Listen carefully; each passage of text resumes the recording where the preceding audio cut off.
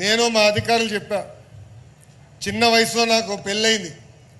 నేను బ్రహ్మని అమెరికాకి వెళ్ళినప్పుడు ఇంటి పనులు సమానంగా చేశాం, అంటే 50-50. అందుకే ఈరోజు పాఠశాల పుస్తకాల్లో కూడా ఇంటి పనులు 50% మగవాళ్ళు చేసే ఫోటోలు ఉన్నాయి. అంటే మహిళల్ని గౌరవించాలా, అన్నిట్లో మగ ఆడ సమానం అనేది పాఠశాల నుంచే ప్రారంభించాల లక్ష్యంతో మీ ప్రభుత్వం పనిచేస్తుంది. ఇంకా ప్రతి సాటర్డే నో బ్యాక్ డే కింద ప్రకటించాం. పిల్లలకి టెక్నాలజీతో అనుసంధానం ఏమి, స్పోర్ట్స్, ఫిట్నెస్, యోగా కూడా ఏర్పాటు చేయాల లక్ష్యంతో మేము పనిచేస్తున్నాం.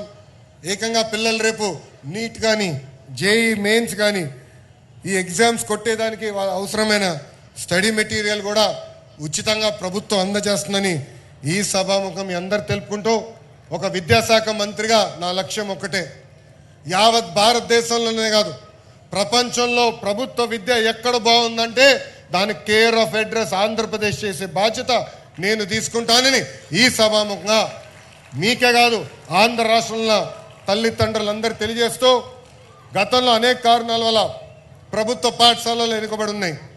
కానీ ఒక సంకల్పంతో, ఒక పట్టుదలతో ఈరోజు మేము అందరం పనిచేస్తున్నాం. ఒక విద్యాశాఖ మంత్రిగా నా దగ్గర నుంచి